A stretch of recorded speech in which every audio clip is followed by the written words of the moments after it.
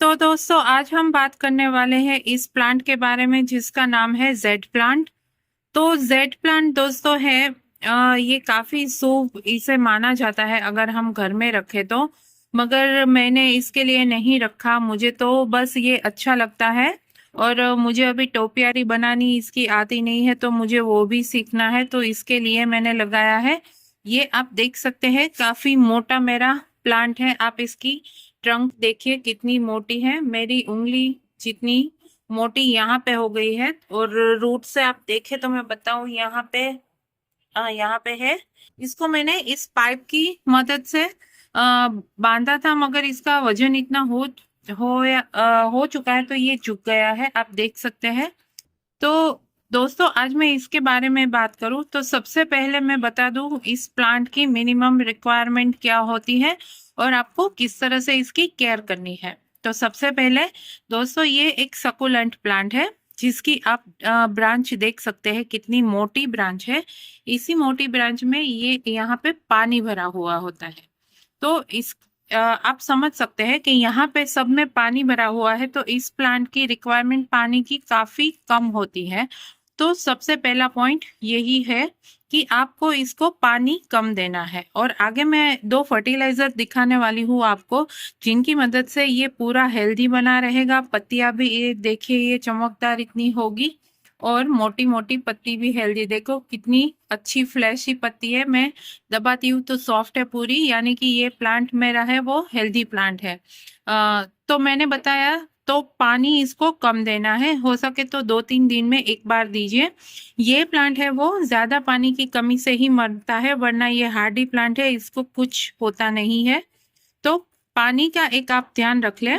और दूसरी मैं जो खाद दिखाऊंगी वो खाद आप हर 15 दिन में डालेंगे तो ये पूरा जंगल के माफिक बन जाएगा। आप देख सकते हैं नीचे तक ये लटका हुआ है, तो आप इसको हैंगिंग बास्केट में भी लगा सकते हैं, ये हैंगिंग में भी अच्छा काम देता है। और दूसरी मैं बात करूं धूप की, तो धूप इसको काफी ज्यादा चाहिए, यानी कि आप मैक्सिमम सनलाइट में इसको रखेंगे तो भी ये अच्छे से चलेगा। मगर आप हो सके तो इसको 5-6 घंटे की सुबह की धूप में रखिए ताकि इसको कुछ प्रॉब्लम ना हो। हो सकता है कभी कभी ज्यादा धूप के कारण इनकी जो पत्ती है उसमें आपको क्रीज दिखाई दे, ये दो कारण सर होती है। एक तो इसमें अगर ज्यादा धूप लगे तो ये सिमट जाती है पत्तियां, और कम धूप के कारण ये गिर जाती है। तो कभी कभी मुझे कमेंट आते हैं कि मेरे जेड प्लांट में पत्तियां गिर रही है, तो उसका यही कारण होता है कि आप ज्यादा पानी डालेंगे तो पत्ती पीली होके गिर जाएगी, अगर कम पानी मिलेगा तो ये सिकुड़ जाएगी और गिर जाएगी। दोनों ही सूरत में ये अपनी पत्ती गिरा देगा और आपको बताएगा कि उसको क्या प्रॉब्लम है। तो आप समझ गए, बेसिक रिक्वायरमेंट इसकी होती है यही। और अगर मैं बात करूं फर्टिलाइजर के बारे में तो सबसे पहले हम मिट्टी की बात कर ले, आखिर में मैं आपको फर्टिलाइजर दिखाऊंगी। तो मिट्टी देखिए इस तरह की भुरभुरी मिट्टी चाहिए। आप देख पा रहे हैं कि ये सूखी मिट्टी है और मेरे हाथ में आ रही है और ये इतनी फ्लो हो रही है, आप देख लीजिए। तो इसके लिए आपको क्या करना है कि इसकी मिट्टी बनाते टाइम आपको 30% रेत लेनी है, 50% आप कोई भी मिट्टी ले सकते हैं, आपके गार्डन सोइल जो भी है वो, और उसमें 20% में आप नीम खली बोन मील सब कुछ मिला के अच्छे से मिट्टी तैयार कर लेंगे तो ये अच्छे से प्लांट ग्रोथ करेगा। बेसिक कारण ये है कि पानी रुकना नहीं चाहिए इसमें। ये एक सकुलेंट है और कोई भी सकुलेंट हम ग्रो करते हैं तो इसमें पानी कभी भी रुकना नहीं चाहिए, एक वो ही इसकी रिक्वायरमेंट होती है। तो देख लीजिए कितनी भुरभुरी मिट्टी है। और यहाँ पे मैंने कुछ दिनों पहले मैं जो जूस निकालती हूँ उसका वेजिटेबल का वेस्ट निकलता है वो यहाँ पे मैंने डाला है, तो आप देख सकते हैं अभी तो अच्छे से ये डिकम्पोज हो चुका है और मिट्टी ही बन गया है। तो इस तरह आपको भी करते रहना है। आ, कोई भी वेजिटेबल पील का फर्टिलाइजर जो भी निकलता है वो आपको इसको देते रहना है, तो ये अच्छा ग्रोथ करेगा। और तीसरी बात, इसको बुशी बनाने के लिए आपको इसकी पिंचिंग करती रहनी है, यानी कि मैंने इसको पूरा कट कर दिया था, आप देख सकते हैं यहाँ से मैंने कट किया था, तो और यहाँ पे 2 ब्रांचेस निकल रही है। इस तरह से कोई भी पौधे को आपको घना करना है तो इसको पिंचिंग करना पड़ेगा। पिंचिंग यानी कि ये देखिए ये जो एक ब्रांच है इसको मैं ऊपर से यहाँ से कट कर दूंगी, हो गई ये कट हो जाएगी। तो फिर साइड में से जो ग्रोथ आएगी वो और घनी होगी, और आप इसको पिंच कर देंगे तो और ब्रांचेस निकलेगी। इस तरह से पौधा आपका पूरा घरा घना बनता रहेगा। तो ये एक टिप है दोस्तों फॉलो करने की। और ये जो कटिंग निकलती है इसको आप कहीं पे भी ग्रो कर सकते हैं, कहीं पे भी लगा दे, इस तरह से ये ग्रोथ लेने लगेगी। तो इस तरह से ये एक कम देखभाल में और ज्यादा धूप अगर आपके वहां पे आती है तो ये अच्छे से ग्रो करता रहेगा, ऐसा पौधा है। अब आपको क्या करना है, आज मैं इसको फर्टिलाइजर देने वाली हूँ, तो मैंने वीडियो बनाया है कि आपके साथ भी शेयर करूं। तो सबसे पहले आपको इसकी गुड़ाई कर लेनी है। देखिए इस तरह से मैं अच्छे से गुड़ाई कर लूंगी अपने प्लांट की। तो आप देख सकते हैं कितनी अच्छी से ये गुड़ाई हो रही है, यानी कि मिट्टी हमारी सॉफ्ट है। और यहाँ पे आप देखिए मैंने जो भी पील फर्टिलाइजर डाला था वो फर्टिलाइजर बन गया है। सॉरी, जो भी मैंने वेजिटेबल पील डाला था वो फर्टिलाइजर अब बन गया है। तो आपको ये मुफ्त की खाद बन जाएगी अगर आप भी इस तरह से वेजिटेबल पील डालते रहेंगे। तो यहाँ पे मैं दिखाऊंगी, इस तरफ मैं नहीं जाऊंगी अभी, वो मैं बाद में आराम से करूंगी क्योंकि वहां पे ब्रांचेस है तो वो टूट जाएगी।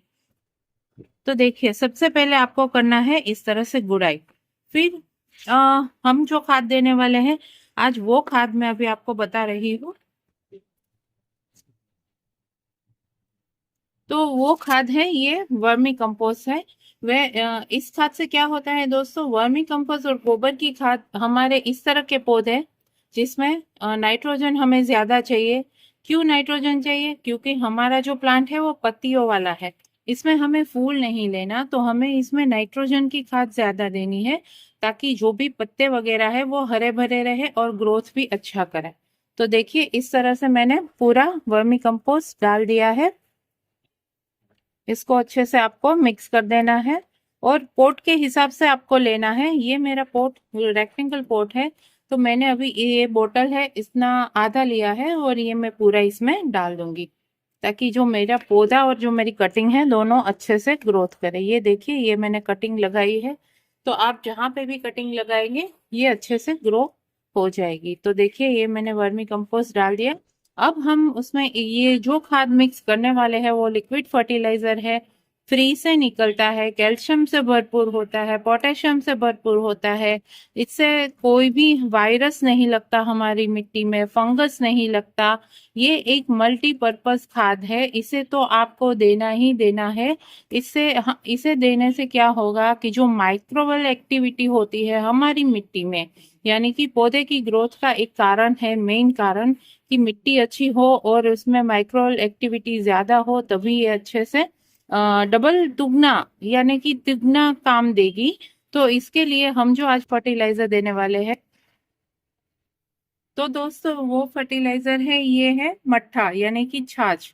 तो ये तो हम गुजरात में हमारे घर में रोज बनती है, तो हमारे यहाँ तो इसको हर रोज हम बनाते ही बनाते हैं। तो जब भी आप मक्खन बनाते हैं तो उसमें से भी ये निकलती है।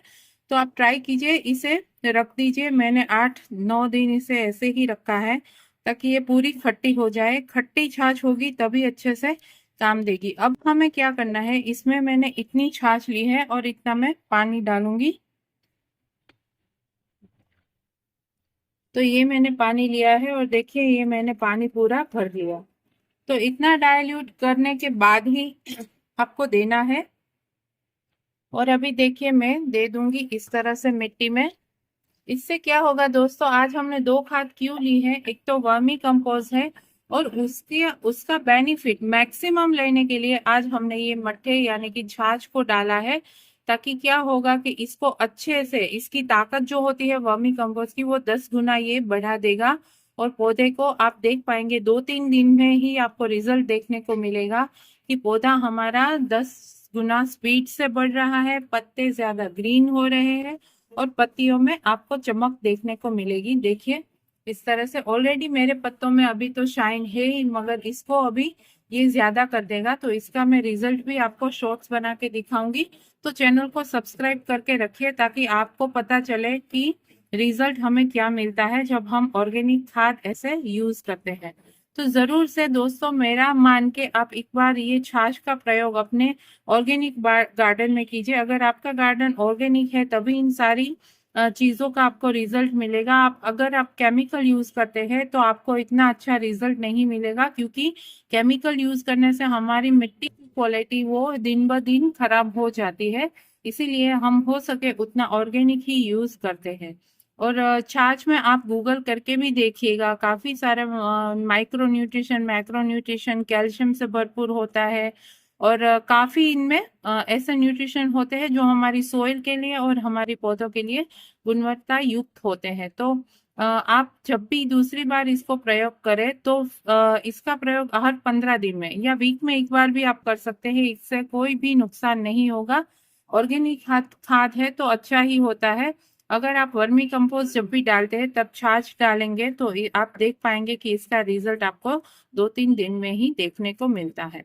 तो दोस्तों आज के वीडियो में बस इतना ही। मिलते हैं नेक्स्ट वीडियो में नए टॉपिक के साथ। तब तक के लिए बाय, टेक केयर।